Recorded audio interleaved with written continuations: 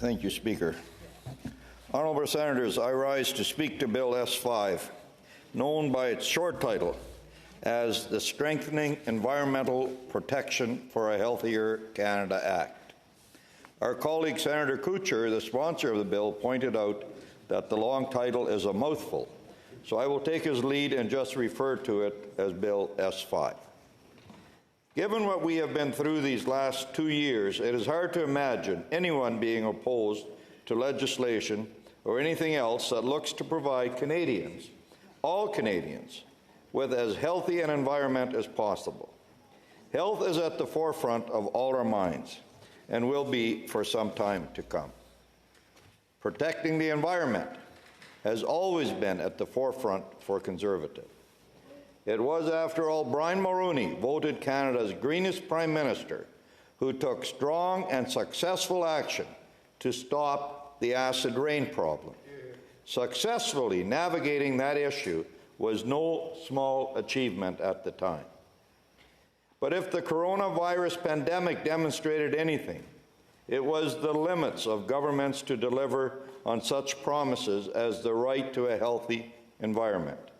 And yet, this is what the government has, with great fanfare, made a cornerstone of this bill.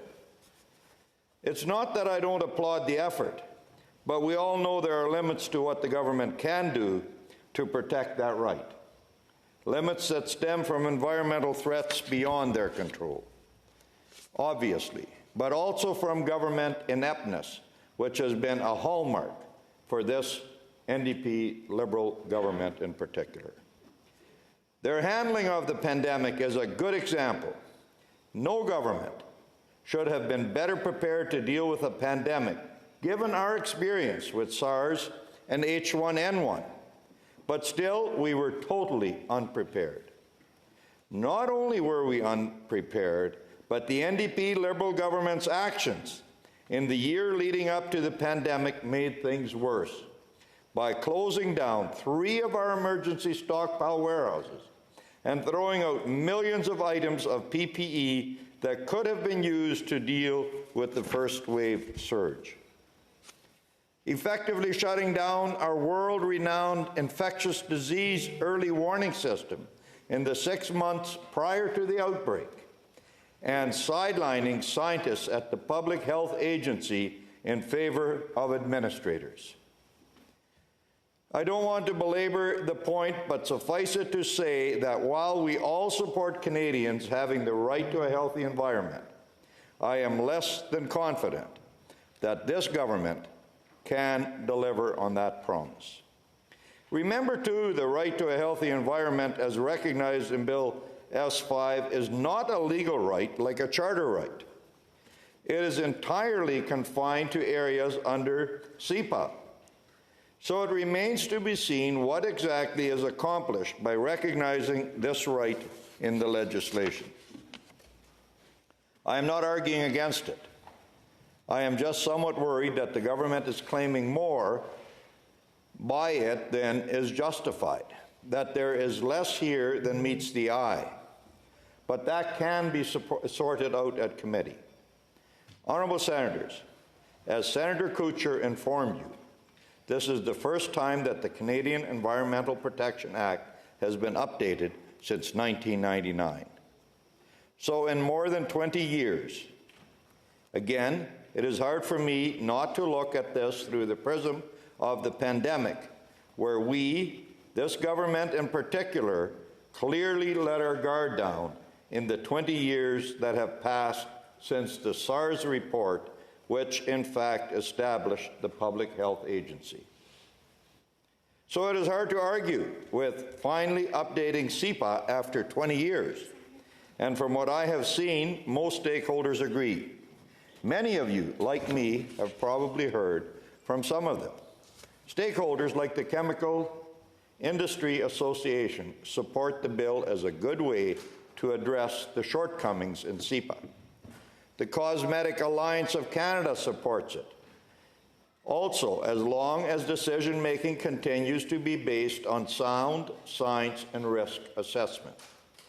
Furthermore, they wrote in their letter in support of the bill that they believe it is important to review any and all regulatory frameworks from time to time. That is good advice, and taking a look at the entire regulatory framework will hopefully be a byproduct of our study of the legislation when it gets referred to committee. What they didn't support, however, were amendments to the legislation that do not have the support of all the stakeholders, most of whom, from what I gather, were consulted in the preparation of this legislation. Honourable Senators, this bill is really a housekeeping bill. It deals with regulatory modernization and is not in any real sense an expansion of environmental protection, in spite of what the government has freighted onto it. For instance, there is nothing wrong with specifically singling out vulnerable Canadians for mention in the right to a healthy environment. But even if they were not specifically mentioned, they would have that right by virtue of simply being Canadian. But this government cannot resist any and all opportunities to signal its own high virtue.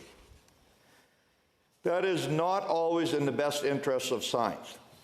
Honourable Senators, you will recall that the government allowed virtue signaling to get in the way of science when it refused to ban foreign flights from China in the early days of the pandemic, calling it racism. Yet the SARS report was clear that, and I quote, "Travel plays a pivotal role in the rapid dissemination of infectious disease," end quote. In fact, the science on this was well established even before SARS, but the government that supposedly follows the science, as they like to tell us, ignored that. So while the bill ticks off the usual boxes for virtue signaling, the NDP Liberals, it does not address the Environmental Committee recommendations around national standards for clean air or clean water. Honourable Senators, we cannot let the science get sidelined or hijacked by activist causes. The danger from toxic substances is real.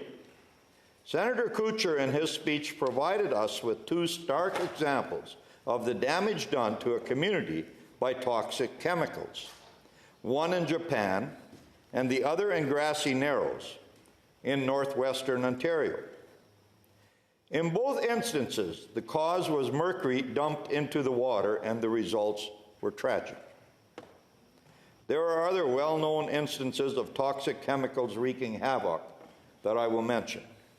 We have all heard of the Love Canal, an abandoned waterway in New York State, in which the Hooker Chemical Company dumped 21,000 tons of chemical waste in the 1950s.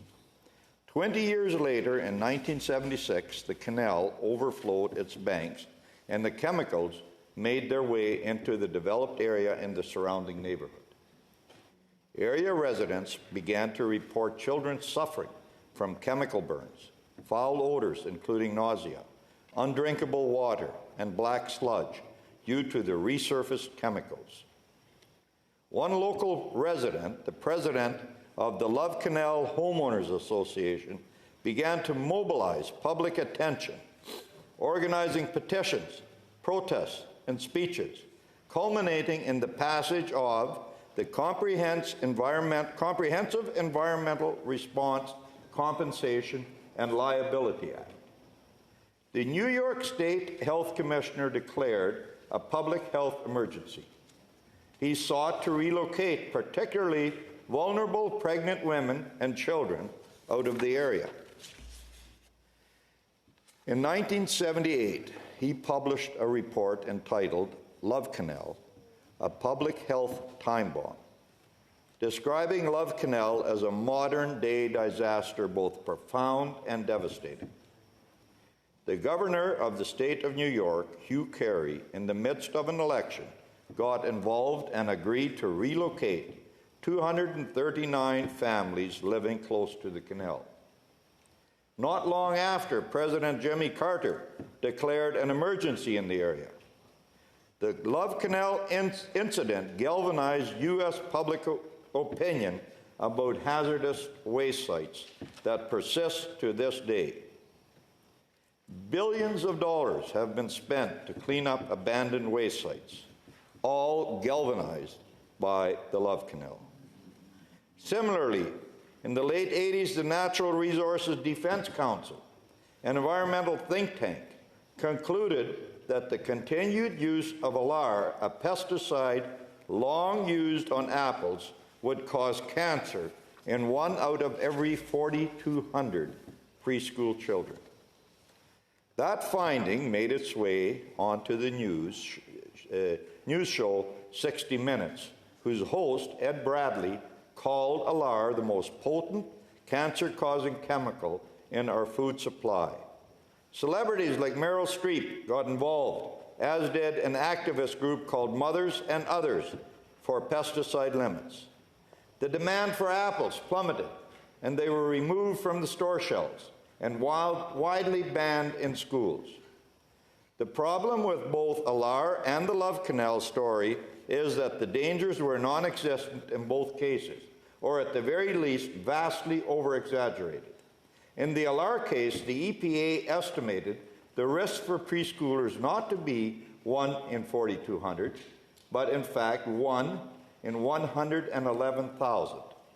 In the Love Canal case, peer-reviewed follow-up studies conducted by the New York State Department of Health uncovered no abnormal health trends in Love Canal residents. This finding was later supported by analysis done by the American Medical Association, the National Research Council, and the Center for Disease Control and Prevention. In fact, an exhaustive study by the Environmental Protection Agency in 1982 found no evidence of environmental contamination at the Love Canal.